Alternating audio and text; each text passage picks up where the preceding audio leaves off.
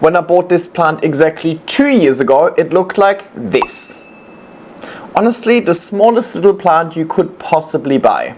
However, with the help of good growing conditions, consistent care and 2 years of time, I managed to grow my Philodendron El Choco Red into this beautiful, beautiful specimen that it is right now. And in today's video, we are following this plant's journey over the last 24 months. I'm going to give you plenty of growth updates throughout those 2 years, and then I'm going to address anything that I learned about this plant, and I'm going to give you tips and tricks so you can replicate my success.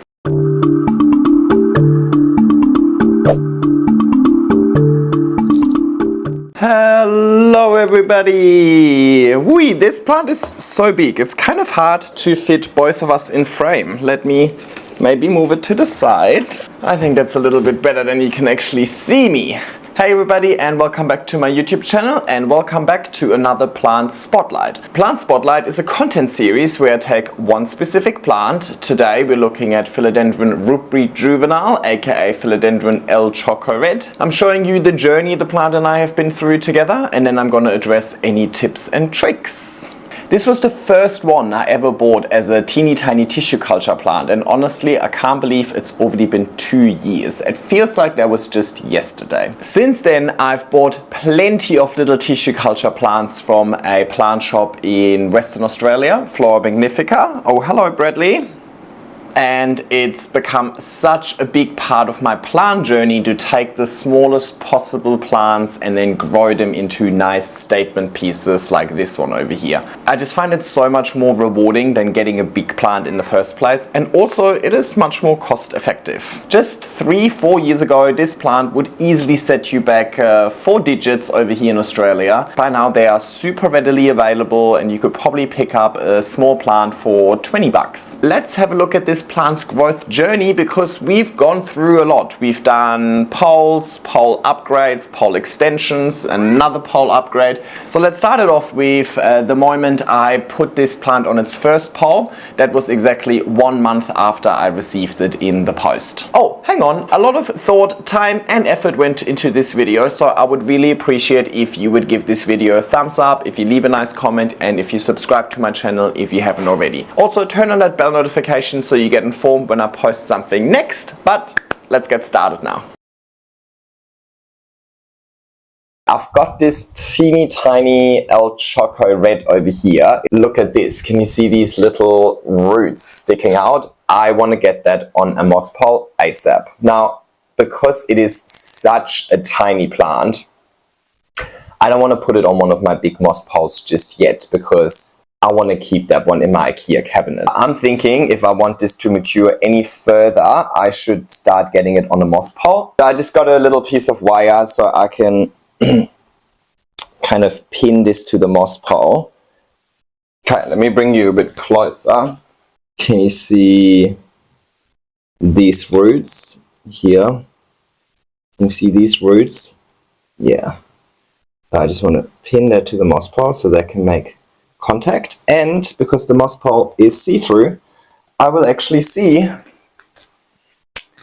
when this was successful. So that's very good. Plus, so this is a grow vertical, I just cut it in half to make it a bit smaller. Plus I can now just put my little clip on. So these are the little clips that I use in my IKEA cabinet, and I can just hang it back in my IKEA cabinet with the moss pole. Alright, and this is it now. So let me show you. Actually, this is an understatement of what it looks like right now, because I actually cut off 2 vines already. So see how, so there's currently 3 vines on here. Number 1, number 2, the big one, and then number 3. So there was 2 more of these smaller vines that were just kind of sticking out and didn't really attach to the pole. I have already cut them and I gave them to some of my friends when they came to visit from Queensland as a little present. So I'm really happy with the progress over here, specifically with this large main stem over here, and you can really see that new leaf that is coming out now. You know, when plants are juvenile, they usually grow a leaf out of the petiole of the previous leaf, like this one over here, right? So this leaf over here came out of the petiole from the previous leaf. When they mature, they start growing via chlorophyll, which has happened over here. So you can see this is the latest leaf, and that new growth point is not, can you see that? I don't know. That new growth point is not directly coming out of the petiole. Instead, it came via a chlorophyll. So that's a sign that the plant is maturing, and I don't want to lose that sort of progress. So I want to let that plant continuously grow up its pole, but it's obviously growing out of its pole a little bit. So like the other thing, the reason why I put it on one of these grow vertical poles is because they encourage nice root growth. So you can see all of these roots over here. Ignore the green bits, that's algae buildup because this was in my IKEA cabinet with pretty much perfect conditions. So algae is thriving, but it's not harmful to the plant. In hindsight, I should have probably given it a larger moss pole, but you know, I didn't realize it was actually going to mature that nicely. I was actually just expecting for that one vine to grow up, and then I'll cut it into 3 to 4 bits and pass it on to some of my friends. But the plant did all of that by itself. So I already passed on cuttings to the friends that I promised a cutting. So all of this can stay mine. Actually, I cut one more for another friend, but the rest is going to stay mine. So I'm going to keep it as it is. So what I'm going to do is I'm just going to give this a larger moss pole. So this over here is the, like a mini, actually I cut this moss pole myself. Like I made it a bit shorter so it fits in my IKEA cabinet. I want to put it on one of these Grow Vertical Pros. First things first, let's take this out of its pot. And also, as you can see, there's actually pretty much no root system inside the pot. The mix might have been a little bit too chunky for such a small plant, but it doesn't matter because the plant has grown a really decent root system into the moss pole. If it doesn't have a decent root system, it would not give me leaves like this. So whatever I'm doing is perfectly fine. And I've never done this before. I've never like converted a Grow Vertical moss pole into a larger Grow Vertical moss pole, so I'm just going to wing it. Alrighty, here it is without the plastic.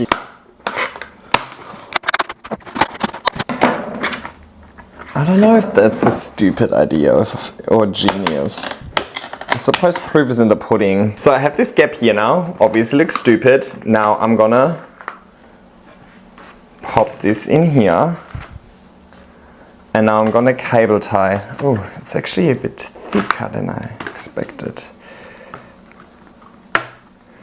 I really don't want to disturb anything in here. So I take some of the moss out at the top because it wasn't really needed. So now I'm just trying to connect the old mesh to the new mesh. The first one's going to be the hardest. Come on. Once I've got this one, it has a little bit more structure already. Okay. I don't need to connect every single piece of the grid. I'm just going to connect it in 2-3 spots. Alrighty, the next challenge that we have, besides the lighting situation, is I now need to fill these little gaps with moss because my moss pole is the new moss pole is a little bit larger and I don't want to have gaps. Now of course you want to have enough moss in here so that they can retain moisture. Moss is the bit that retains the moisture. So the less moss you've got in here, the more often you'll need to water because there's nothing that can retain the moisture. But at the same time, plants also love aeration. So you don't want to pack it too tightly so that the plant or like the roots don't get any oxygen through. Alright, now I just need to fill the top. I think I'm pretty happy with this. So, one moment, let me clean up my mess. Excuse me, sir. Can I get my chair back, please? Do you want this chair? Come here, go to this one. Okay, so here it is. I'm very happy with it. Oh my god, look how beautiful that looks in the sun. I've actually decided I want to keep this inside my IKEA cabinet. There's not really any roots for the pot anyway. So it's just gonna make it heavy and kind of annoying hanging in the cabinet with the pot. This way it's gonna be so much easier to just hang there, and quite clearly, like, there are no roots over here. I've experimented before with growing plants without a pot at all. And it wasn't even inside the cabinet and it was fine. So I'm feeling experimental today. So I reckon that's it. Okay, I love this idea. Let me show you what I've done. So because the pole is really tall, I didn't Like if the pole starts here, the plant is really only at the bottom. I want this to be closer to the light. And now you can really see how beautiful these leaves are as well. Perfect. So what I've done, I've got this magnetic hook, and excuse how dirty my cabinet is. I've got this magnetic hook at the top, so I just, because the thing is made from metal, so it's hanging here now. So it's in like prime position, kind of wedged in the corner, if you know what I mean. And no pot. So when I water, I just need to make sure that I put like a little bowl underneath to catch the dribble. 2 months ago, I repotted this plant and I decided to not give this plant a pot, and so far, so good. Let me give you an update. Alright, first of all, this is kind of the bottom of the plant. You can see that this is normally where the pot would be, but there weren't really any roots here anyway. But what you can also see is that there's 3 plants in here. Actually, I think this thing is actually a 4th plant, but we've got one vine over here that is growing a little bit leggy. You can see how leggy the growth is over here, right? Really large internodal spacing on this small one over here. And that's just because it's shaded by the larger plant. Same with this one over here. We've got a small vine on this side over here. Really small leaves, not really growing. And again, that would be because it is being shaded. The light comes from the top in my IKEA cabinet, so these big leaves would take up everything. Now this was a sun-stressed leaf, and I actually really love the look of that.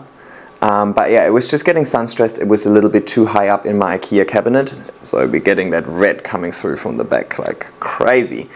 I lowered it a little bit and it has been much happier since. So it has this leaf, then this leaf over here, and now this is the newest leaf that it's still unfurling. How good is that? Alright, let me show you the underside, and this is probably a good way to show you. Look how cool these back sides of these leaves are. You can see every single node has grown roots into the pole. See all of these? And obviously if I want this plant to thrive to its full potential, then I need to provide these roots something to attach to, or like, you know, grow into. So then I might need to consider giving it a pot. Also, I'm thinking if I wait another month or a month and a half, it's probably well and truly outgrown the IKEA cabinet by then. But by then it should also be spring over here, and then I think I'll have an easier time transitioning this from inside the cabinet to outside the cabinet, and that's probably when I'm gonna pot it up as well. So I'll need to wait a month and a half or so, but for you this should be instant. Hello everybody, I just wanted to give you a really quick update. A couple of weeks ago I potted up this plant. I actually filmed it, but I was dumb enough to film it in slow motion, so there's also no sound to it and all of that. So yeah.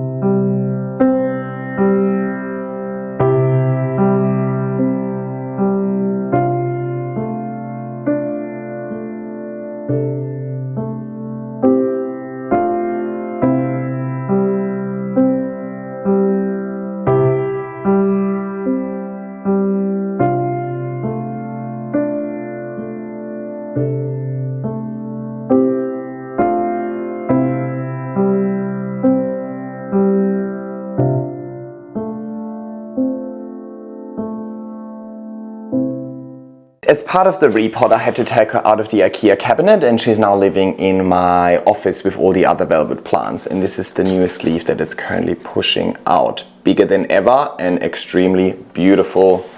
Loving the red backs as well. So she still seems to be happy. I will check in with you in a couple of months' time. It has been exactly 1 year and this plant has been thriving despite the fact that I took multiple propagations of this plant. So I shared this with 4 of my friends already, and I still have a decent mother plant left that just pushed out a new leaf over here, and it has these beautiful red backs. And sorry guys, this is actually the first video that I'm filming at my new apartment, so lighting is still a bit of a mystery to me, or what's gonna translate well on camera, on screen later on.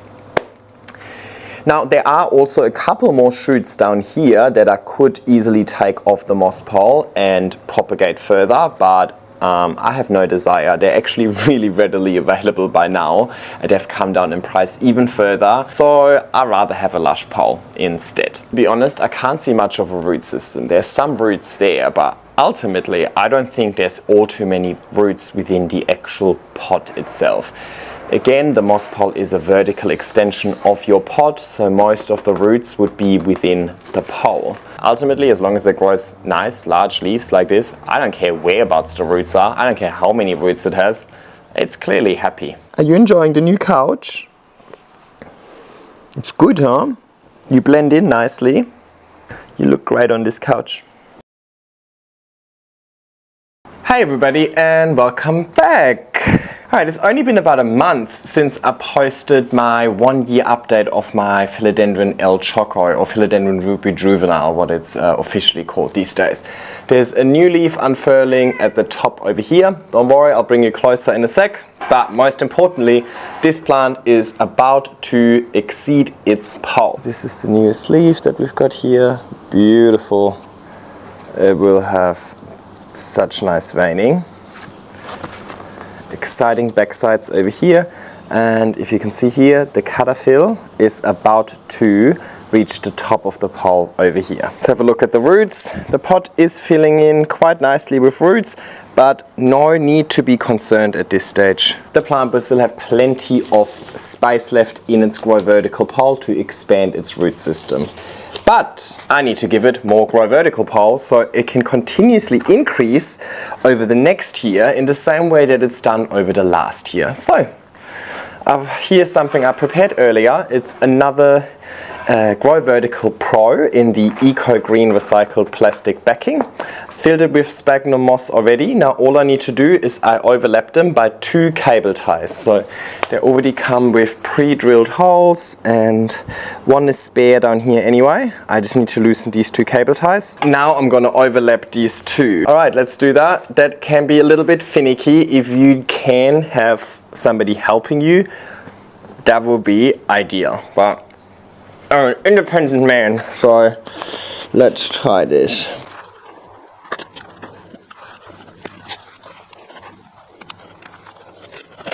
Other side. I don't just want to go through both of the plastics, I also want to go through the wire mesh, and I have chosen the tiniest cable ties for that, which doesn't necessarily make this easier. Got it. I like to be extra and connect the mesh at the front as well. But better safe than sorry, right? Alrighty, and that's it. So let's check in when there's any further updates to share with you. And we're back. It has been half a year and my El Choco has definitely moved up to one of my absolute favorite plants. I mean, look at this newest leaf over here.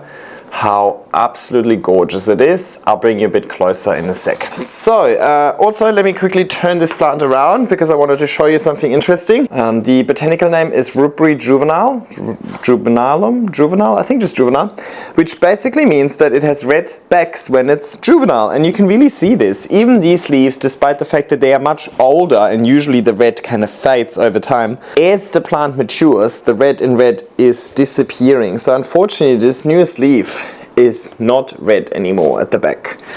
And as a result of that, I also believe that it's not quite as dark at the front. But let me bring you a bit closer so you can really see this beautiful sheen of these leaves. Look how nice and shiny these are. So, and this is the perfect heart-shaped leaf for me, in my opinion. But yeah, I do think these older ones, I mean, maybe it also just has a little bit more darkening to do, but these older ones that still show the red back seem to also be a little bit darker in color. But that's okay. Oh my god, this looks so good under this light. Wow, I love this. Also, what I wanted to show you close up is the cutter fill. It still has a really nice red cutter fill over here. This is the protective sheet that I sometimes just peel off because it pisses me off. I like to see the cutter fill. But I also don't want to do too much damage. Oh my god, it smells so much like philodendron. Do you guys do that as well, or do you let the plant do its own thing? Don't do that. But now you can see the red cutter fill a little bit better.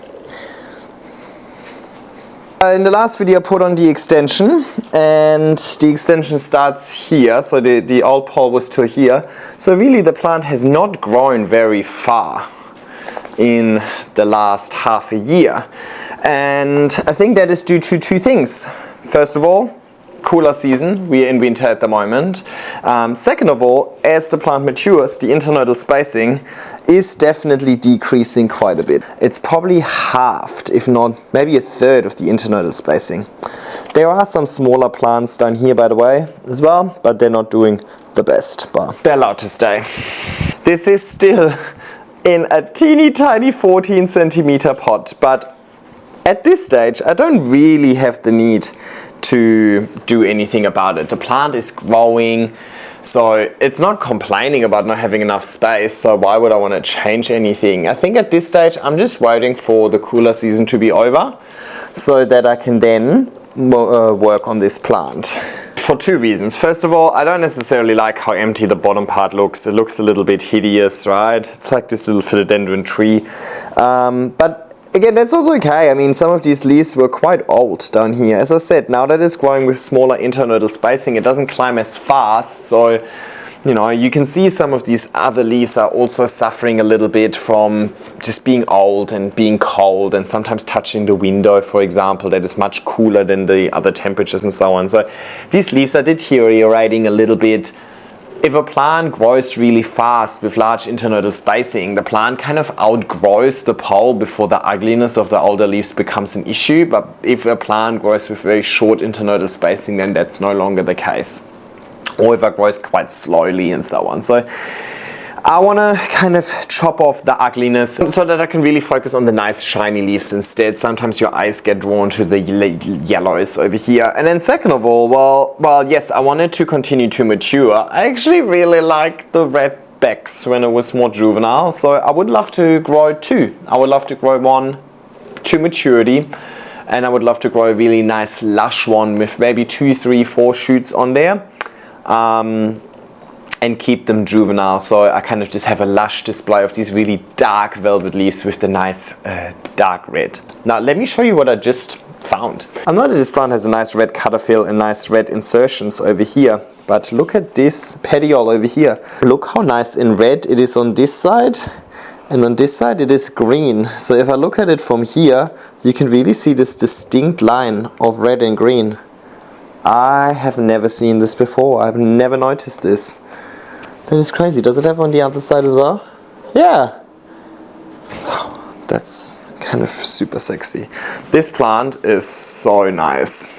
I'll pop it back in its spot before I drop it. I'm really excited to see how this plant is going to develop over the next half a year. I will update you soon.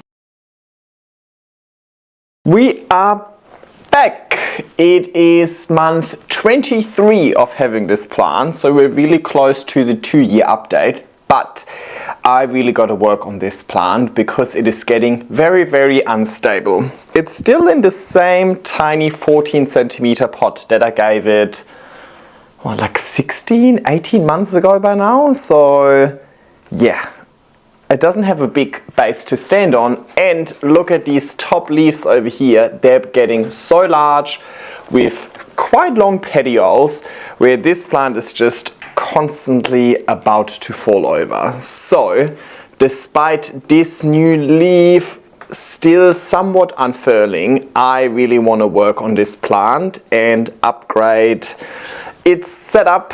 I also really dislike all of this yellowing at the bottom over here, so I suppose I want to also chop it somewhere, which I should have probably thought about a bit earlier. Oh, YOLO. Yeah, maybe we do the chop first. So we got to chop it somewhere today. I want to repot it, and then I also want to upgrade the moss pole, because I believe that a huge reason why it is going yellow is, well, because we're just coming out of winter, but also I think I'm doing a really bad job at watering this plant. Because the pole is relatively small compared to the size of the leaves and the pot is tiny, I'm kind of like constantly worried it's drying out, so I think I overwatered a little bit, or provided it's not overwatered to the extent that I'm experiencing root rot, but probably just providing a little bit too much water. If I give it a larger pot and a larger pole, there's more medium in the pot and pole that can retain the moisture longer, so I need to water less frequently, and hopefully that will then also kind of solve the yellowing. But see how we go. Yes, there's a nice continuous increase in leaf size, but the leaves are no longer as nice and dark as they are down here, and they also don't have the red discolorations anymore on the back. You can see that with this juvenile plant over here, how nice and red the backs are, and that red then obviously has an impact on the front as well, that it loses. So I think it's also a cool idea to end up with two plants, one that's a bit smaller, one that's larger, so I still get to appreciate the red features. Anyway, first thing we gotta do is we gotta assess whereabouts I wanna cut. I reckon I'll chop here, actually where the two poles were extended. Let's do that. Now, as part of that, when I pot it up later, a few of these now yellow leaves over here will be cut off because they'll end up in the pot. But that is not an issue for me. This plant is too top heavy. I need to be careful with it.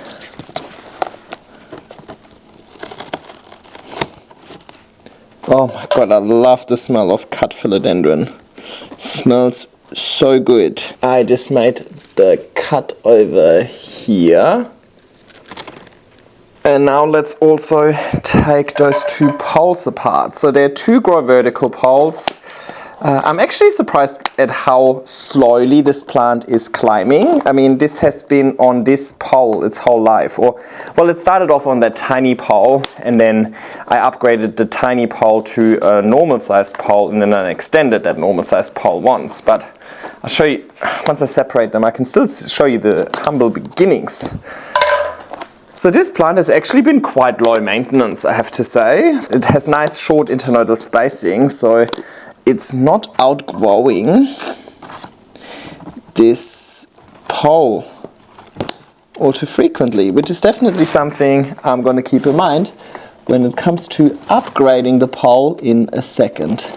It's going to be tough to secure any roots, so I think I just need to actually chop through the roots in the pole. Sorry about that. Alrighty. Let's have a look. Yeah, you see, wasn't many roots I had to chop through over here. Yeah, that looks good. Doesn't look as bad as expected. But we're gonna open up the pole in a sec anyway and look what's going on there. Let me just park this on the side so that the cut can callus over a little bit. I'm trying to not injure that new leaf. Please stay. Whew. And let's have a look at what we've got here. So we obviously got the cut here now, so this plant is going to reshoot, and then we have a second plant over here that's looking good, and we actually have a third little one down here. I think what I want to do though, I want to cut the main part in a couple of bits. Not too ambitious, I don't want to cut single node cuttings, but maybe just a few. Maybe cut one more over here.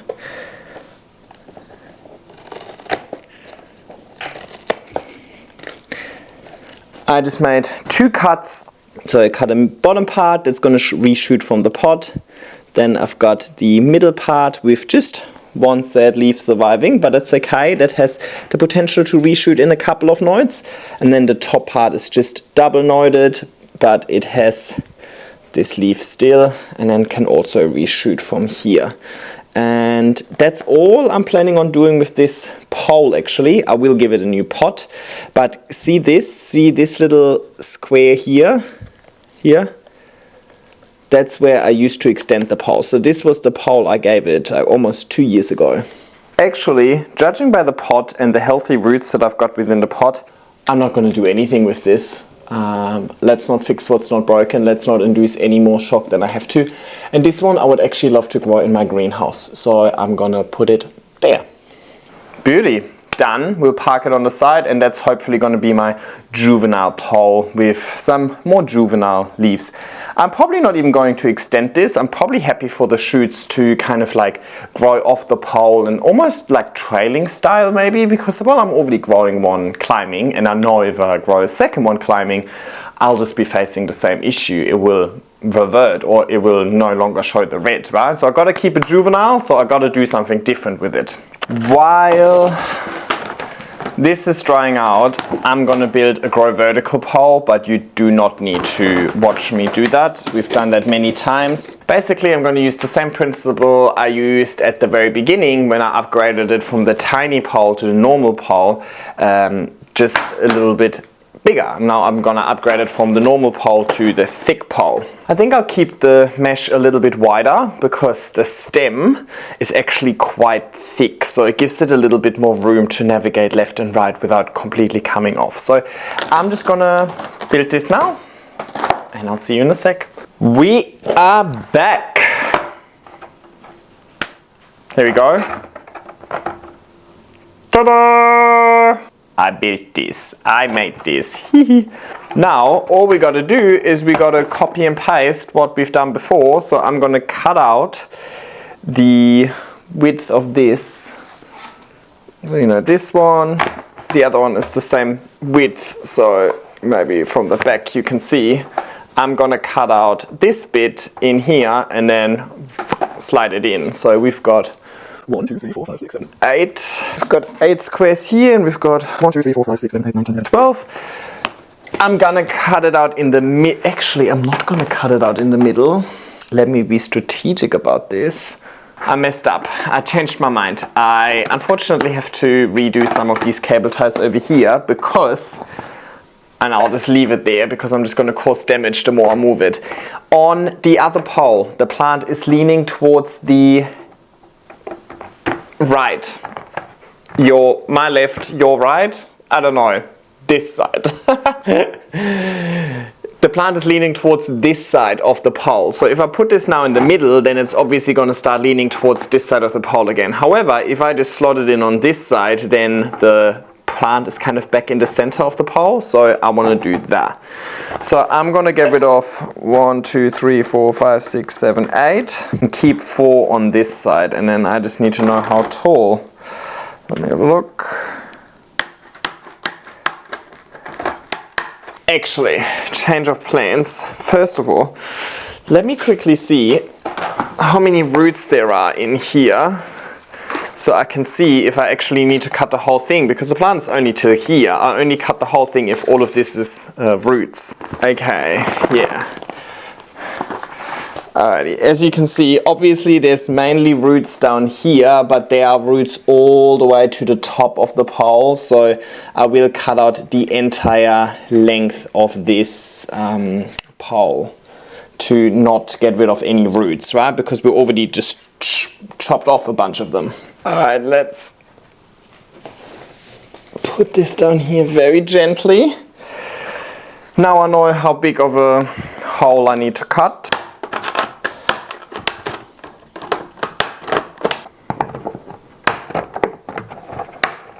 Oh my god, the internet is gonna hate me for having to redo these cable ties. Ah! Don't cancel me, please. Well, look, I hate myself for doing that. I should have thought this through earlier. But this mesh I can use for when I make a smaller pole, so I'll keep this on the side. Okay, now it's gonna get messy. We're gonna have to put a little bit of moss in here. Okay. because then it makes it easier. That, and specifically on that new section over here. And we don't need to fill it all the way to the bottom. Actually, we can put some airwood mix in the bottom, even though the other part won't have airwood mix. Anyway. And then just a little layer on this part, because, well, there's already moss in the existing pole, but not as much as this pole can handle. And then we can fill in some more in hindsight. We can push it in a little bit. Now, down here. All I'm gonna do now is I take this, and sorry it's hard to film.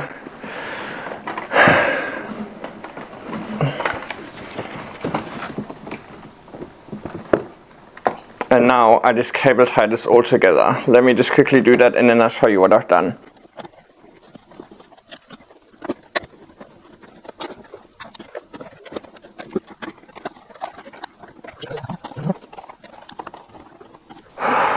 Okay, I've done one side. Sorry, I'm really worried that this plant is gonna kind of fall or collapse or something. So let me just quickly do the other side before I show you a bit closer. Don't you fall on me now.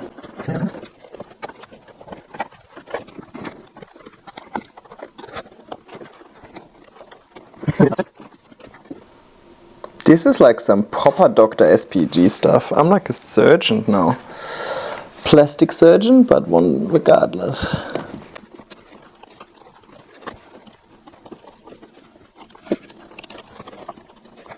Oh my god, I'm so sweaty. This is so nerve-wracking.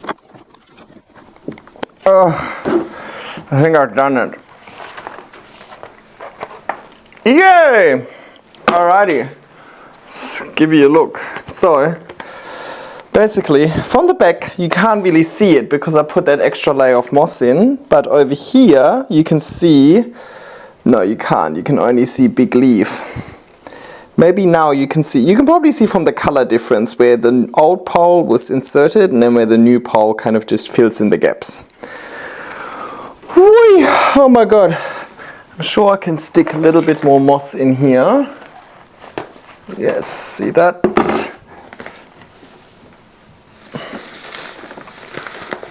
Stick it in. Push it, push it, push it. Because I wanted to have good water retention, yeah? However, this bottom part I leave empty. I'm not going to ruin this bit of moss, but this bottom part I leave empty and we're going to fill it with airwood mix instead. And the rest of the stuffing I'll do from the top. I just really want to get this potted up so that I don't have to continuously hold it anymore. Alrighty, I'll fill the bottom part with a little bit more airwood mix just to reduce the water retention of the part that's potted up in the pot. The pot will be airwood mix anyway. All the way to the bottom, guys. All the way to the bottom. Now is when I realize which leaves I need to cut off. And I probably should have done that before I put it in the pot.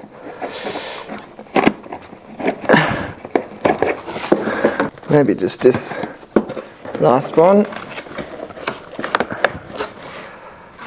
There you go. I think it already looks a bit better not having all of the yellow. As you can see, I'm potting it up with a very slight backwards tilt. That's obviously just to counteract all of the leaves going forward. Beautiful. Oh, so nice. It just stands by itself already. Wow, the philodendron smell in here is incredible. Alright, now let's fill the pole with more moss. And there's a few reasons for that. First of all, you saw that earlier, right? When I removed the blue backing from the moss pole, the plant has actually taken full advantage of the full moss pole and grew roots even up into the moss pole. So the plant doesn't just utilize the part of the moss pole that it's currently attached to, it can actually go beyond that. Hang on, this was supposed to be underneath, so it's a bit cleaner. Yeah. So I always refer to the moss pole as an extension of the pot. a vertical extension, and that's it. And ultimately, if you want your plant to get to maturity, you need to provide your plant with room for roots. But that room for roots does not need to be a bigger pot. As you've seen in this example, there can be a vertical extension of the pot. I mean, that plant is maturing very nicely despite the teeny tiny pot it was in before. And that maturity is explained by the roots within the moss pole. Secondly, is it helps me with watering. The moss pole will always dry out from the top towards the bottom. So if I water, the top will dry out first because gravity makes the water drain down, right? So if I only fill the pole to here where the plant is attached to, then the part that the plant is attached to is constantly about to dry out, which is what you're trying to avoid. That newest node is where the plant sends all of the growth hormones into. You want that newest node to grow as many roots as possible into the pole as quickly as possible so it can facilitate further maturity. Well, roots are attracted to moisture, so you don't want the part that the plant is attached to dry out. So I'm filling it all the way so that over the course of the week it slowly starts drying out, but it doesn't hit the part. Ooh, I like this stick, I'm feeling like a teacher. It doesn't hit the part that the plant is attached to for like the whole week. So it basically reduces the amount of watering that I need to do, or the frequency in which I need to water. And it also stops me from having to constantly top up my moss poles. Then I'm over and done with it, it's done and dusted. And I've done a video on moss pole longevity. I've had moss poles that are over 3 years old and they're still fine. So I'm not worried about the moss decomposing as a result of having it in there before the plant has even taken advantage of it. Done! I'm actually really impressed with this. Apart from me messing up the cable tie situation, this was much smoother than expected. And I didn't have like a real plan, if you know what I mean. Alright, have a look at this. The plant is really just at the very bottom of the pole now. So it can probably be on this pole for a few years almost. And yeah, see how we go. I'm quite excited about this plant because it is a good plant that is nice and compact. But let's see if all of my doing is gonna hurt this new leaf or not. We'll see how we go. But anyway, we've got 1 more month to go until we are completing the 2-year journey. So I suppose I will see you next month and we'll see how and if this plant has recovered from this big chop, and then I'll share any tips and tricks with you, anything that I learned about this plant and so on. So I'll see you very soon. Oh, and by the way, of course, I'm now about to take it outside to give it a thorough watering as well. But I will see you next month.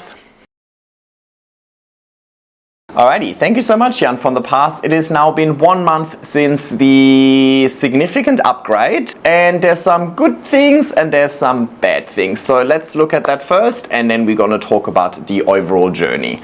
Hey darling, you are very cute today. Little spankies. Alright, okay. Firstly, last update. This leaf was just unfurling and I whipped that plant around quite a lot as part of doing the pole upgrade. So as part of that, I damaged it a tiny bit. I think you can probably see it better from the back actually, because I put little sticky tapes on there that are not very sticky, by the way. But there is a little rip in this leaf and it just kind of seems to be, oh no, I need to find better sticky tape. Anyway. It seems to be expanding, so I was hoping to kind of like stick it together so that it doesn't rip any further. But apart from that one rip, the leaf actually matured really nicely. It didn't have as many blemishes on it as I thought. Still super, super nice and shiny, right? And I mean, all of these leaves are just so beautiful. Now, further good news is that I gave it a bigger pot and I saw some roots earlier, not many, starting to poke through over here. So the root system is definitely expanding. Remember, there was no roots in this pot before because it was a chop and extend. So those are all roots that came from the pole and are now expanding throughout the pot. Happy days. And of course, the roots are also further expanding through to the new pole over here. So you should be able to see them because the roots are nice and red. So plenty of roots over here. The plastic backing should be funneling them into the pot, and then it can expand its root system further in the pot. So very happy when it comes to the roots that it's showing. And very happy about this leaf. So what's the bad news, you ask? Oh well, this is the newest shoot, and I just peeled back the protective sheet over here so we can see it a little bit better. Because see this back bit of the newest leaf? That is rot. Not happy. Sorry, I need to put it down, it's heavy. So two options over here. So it's growing by a cataphil, which means that by the time this leaf is unfurling, the cataphil is already like quite far advanced, ready to push out the next leaf, right? And then I did the chop and extend. And it could just be purely based on the size of the leaves that the root system was not enough to support all of these large leaves and put energy into the new cataphil. Plants want to survive, right? So if you introduce a significant amount of shock, the plant is going to go into survival mode, and it's going to focus its energies on re-establishing a healthy root system. And only once the root system is in proportion to the size of the plant and the leaves that the root system needs to support, then it's going to start growing new leaves. It could just be that the new leaf developing within the cataphil was kind of aborted as a result of the chop and extend, and hence it is rotting. But it is only rotting in like a really funky pattern, right? Like the top looks perfectly fine. It just seems that the bottom part, but not even all of the bottom part, like this part again is like fine. So anyway, we'll see if it unfurls, what it unfurls like. It's probably gonna unfurl and it's probably gonna be a leaf, but it's probably gonna have a significant chunk missing that was rotting. The other theory I have with this plant is that it could have, a little bit of water could have been trapped within the cataphil and just caused rot. However, if that's the case, I would have imagined the entire leaf to be rotten, not just like one little section of it. But then, to be honest, when a plant aborts a cataphil, I would also expect the whole thing to be rotten. This was actually pushing out over the last few days, so it's actively growing, and then it was pushing out more and more and more, and then I saw the little brown bit, and that's when I then kind of opened up the cataphil for the sake of today's video. So it is actively growing, it's not fully aborted. So to be honest, I don't know exactly what went wrong. Given that it happened directly after the chop and extend, I can't help but think that it probably was somewhat of a side effect of the chop and extend. So that's not positive, let's say, but I'm sure this plant is going to recover really quickly given that it is already expanding the root system. So I wouldn't deem it a failure, but maybe next time around I could have taken a slightly larger cut so that I also keep more of the root system in proportion to the plant, right? Maybe it's also time to cut off some more of the old leaves. While they can technically contribute to photosynthesis, I suppose they're actually quite shaded. They're not getting all too much light once they're positioned back on my wall in the office. So they're really taking energy to keep alive, and they don't look good. So bye. I suppose we'll find out what this leaf turns into in year 3 of updates, because I enjoy following a plant's journey. It's really interesting for me to see as well, because I'm surrounded by these plants every day. I look at them every day. I take so much content with them.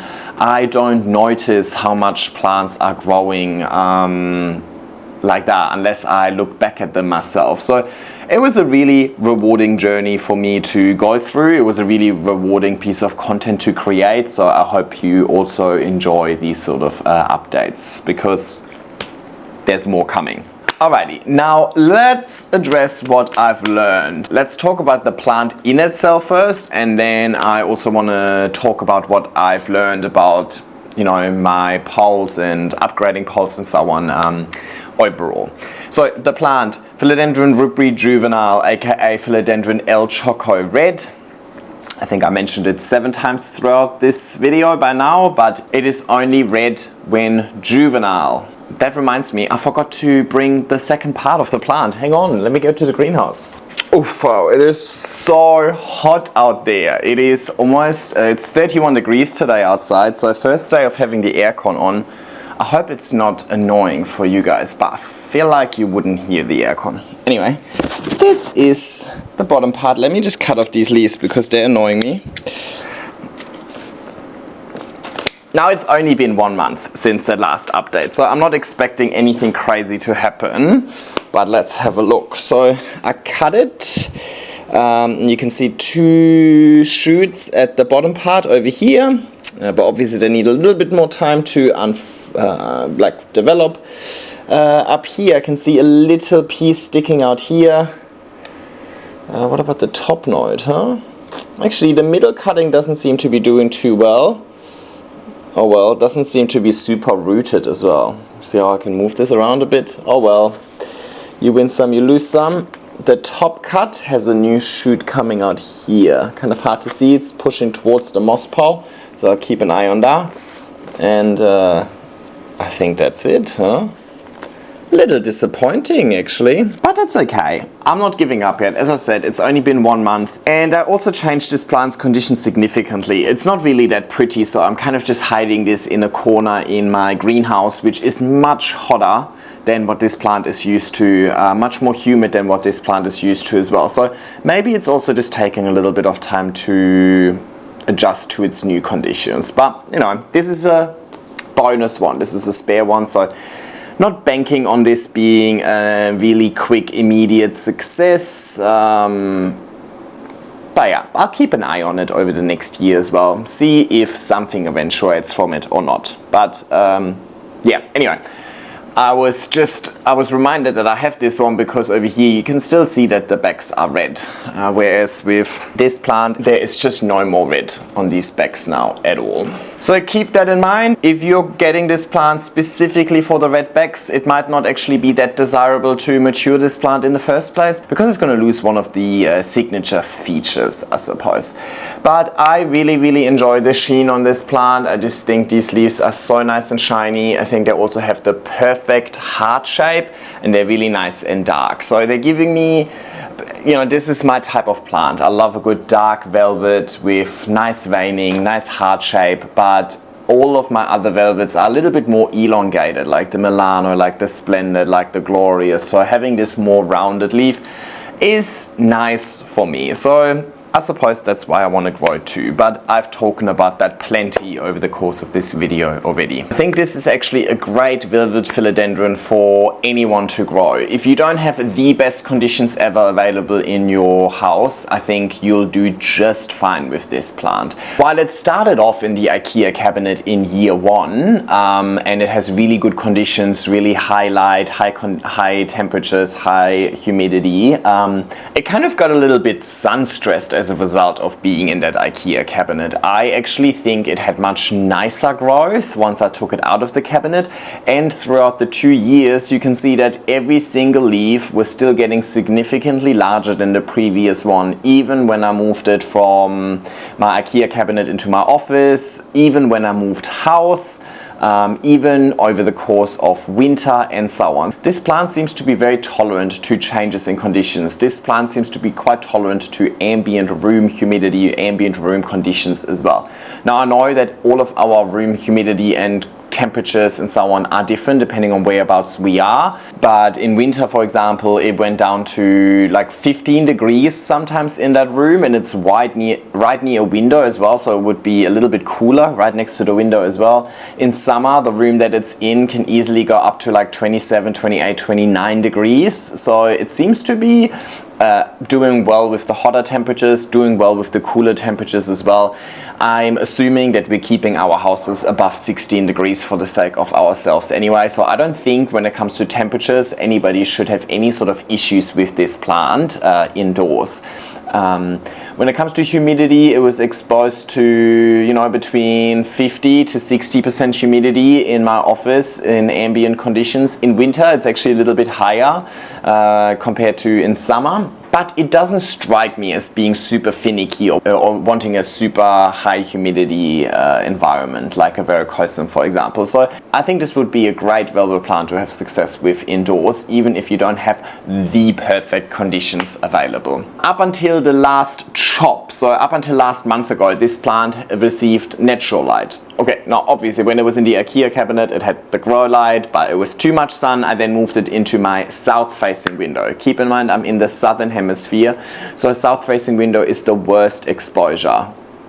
And it was in that south facing window all of winter as well, and winter is when we get even less light coming through south facing window. So it received fairly little light, no direct light, definitely just, I wouldn't even say bright indirect light, just kind of indirect light, and it still managed to mature really nicely. So I don't think it's super light hungry either.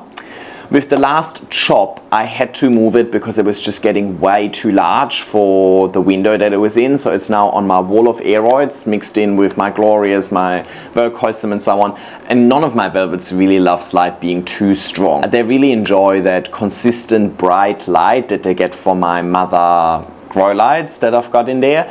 But it's nowhere near as much light as I would give a Monstera or Pothos or something like that, right? I think it's another reason why it makes a good houseplant, because light is one of the things we are most likely challenged with when growing indoors. I have had some spider mite issues when it was inside my IKEA cabinet, but I think that's because there was also some other plants in there like Alocasias and Verrucosums. They really seem to attract pests, and then I think they just jumped on the El Choco as well. Since I put it outside of the cabinet, I haven't really had any pest issues with it, so I think it is also not like a crazy pest magnet if I compare that to any of my other velvet philodendrons. So just another reason why I really enjoy this.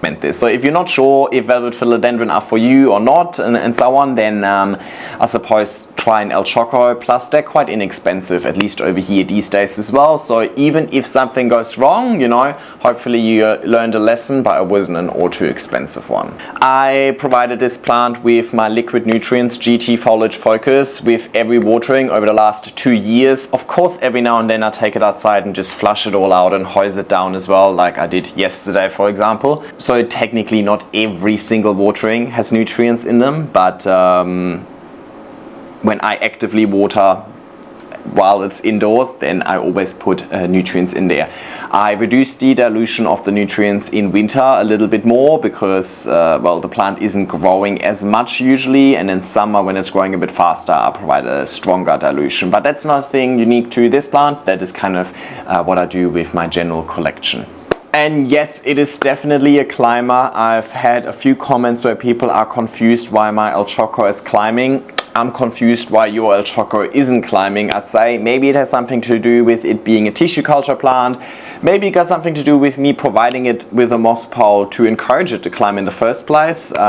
Maybe you can grow it as a crawling plant as well. Specifically now that it's a little more mature, I could actually see that happening because of these short internodal spacing. But you guys know I love a climber. If something gives me even just the slightest indication that it wants to climb, I'm gonna go ahead and let it climb. Talking about the small internodal spacing, it also makes it a great plant for infrequent chop and extending. So if you don't want to, you know, extend your moss pole every 6 months or so because the plant is just way outgrowing the pole, then this is a great one to go for because, well, yes, I've done 2 moss pole upgrades, but technically I've only really done 1 extension and then 1 chop and extend, and this plant is only here. So I reckon this is gonna take another 2-3 years maybe until I will need to do another chop and extend, and there should be plenty of volume for roots in there as well. So I don't think I'll need to do much from a setup perspective for this plant over in year 3.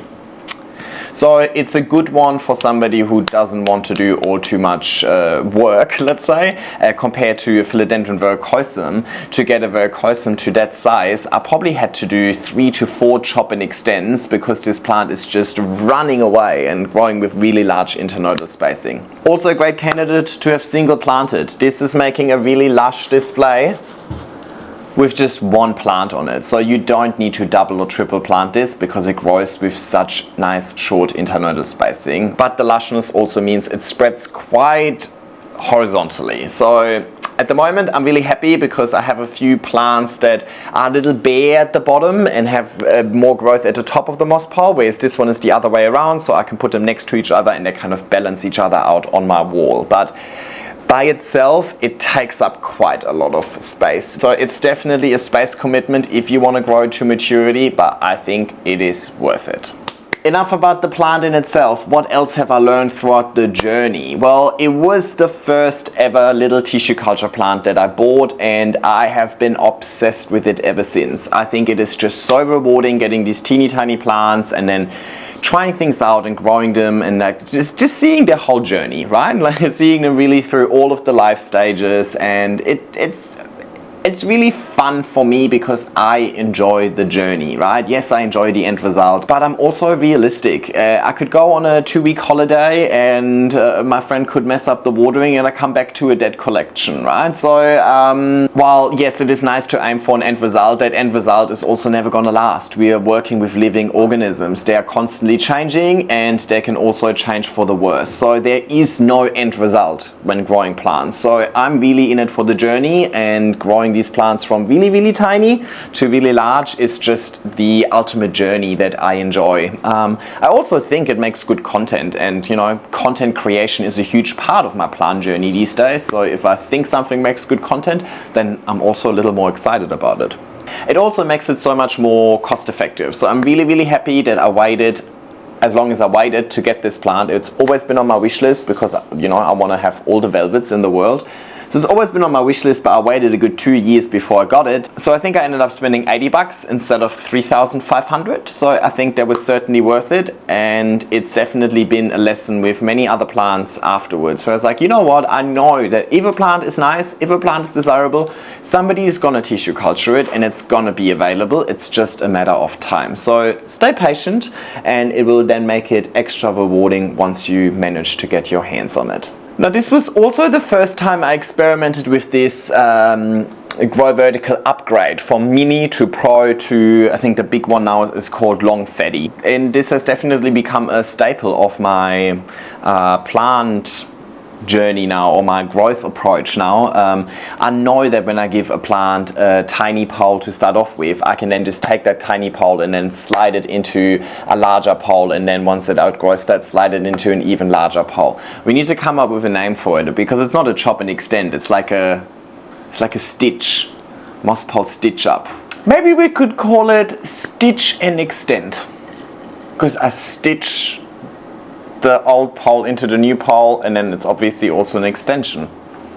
Stitch and upgrade.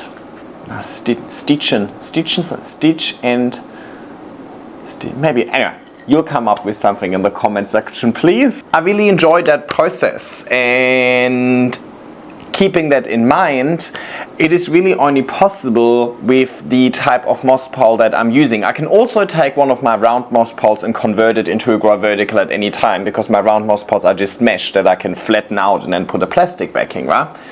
But if you use a pole that is full plastic, like this one for example, this is the new type of grow vertical, and it's basically just a sheet of plastic that is then clipped in the back, right?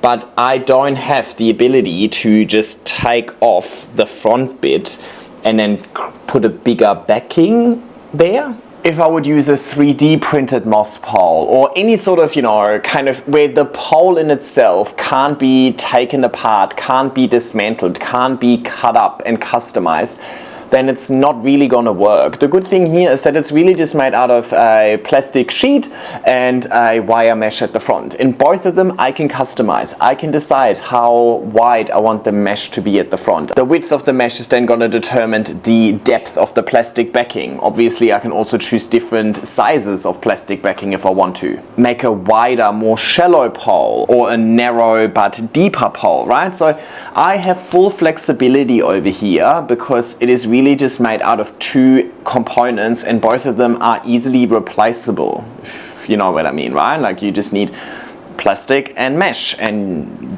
you can go ahead and do whatever you want with that. So I prefer that over using one of these poles that is kind of like meant to last forever. Your pole isn't gonna last forever. Your plant is gonna outgrow the pole. Once the plant is growing up that mesh, you can't really separate the plant from the mesh anymore unless you're taking single node cuttings. But then you're also gonna ruin all of your maturity progress, right? I hope what I'm trying to explain makes sense. Basically, in a nutshell, there's many ways of constructing a moss pole. If you're just considering the growth, if you just want to support, if you just want to give the roots something to attach to and increase the root system. But the earlier you think about your choice of moss poles strategically, the less unexpected setbacks you might have throughout the plant's journey. What will you do when the plant outgrows the pole? What will you do when the plant not just outgrows the pole in height, but also maybe in thickness? What if the plant outgrows the volume available within the moss pole? I see so many teeny tiny skinny poles and with teeny tiny little segments that you can extend like 800 times. But how will you ever go from a teeny tiny round 3D printed moss pole to a thicker 3D printed moss pole? You can't. The only way would be to take a single node cutting and start it again from scratch and then kind of ruining all of your progress. Anyway, you guys know I'm really passionate about my moss poles, but it is something that I didn't even really anticipate. I never really thought about that until I went through this journey with this plant before, that this is actually also something that is an additional bonus of the moss poles that I use. And Grow Vertical is linked in the description, but it's super easily DIY-able, right? Like, as I mentioned before, it's just a plastic backing and a mesh at the front, and then you can choose the width, depth, height, and whatever you want. It wasn't something I was planning on doing. It was kind of just, I took the opportunity once I realized that that's the case, and I'm really glad I did. Another thing that this plant has taught me, and it's not the first one, I've already grown a Monstera dubia on a pole without a pot before, but it's another example of just showing how important the moss pole is, right? If it wasn't for the roots within the moss pole, this plant wouldn't be alive. First of all, based on the last chop and extend, but also based on the fact that it didn't even have a pot halfway through its journey, right? Suddenly it was just a plant on a pole and it didn't even need a pot, and yet it still continuously matured. So a really nice visual representation of the pole being a vertical extension of the pot, or not just a vertical extension of the pot, the pole being the pot, just a vertical exposed pot with really good drainage. And then even when I gave it a pot, it had a 14 centimeter pot up until last month. And I mean, it grew very nice and very large despite the teeny tiny pot. So, and honestly, I don't do it on purpose. It's not like, oh, I wanna, like, you know, torture my plants and give it a small pot. I literally just do it for convenience. First of all, like, then I don't have to repot all too often. It takes less medium, it takes less surface space on my table or wherever I might put it.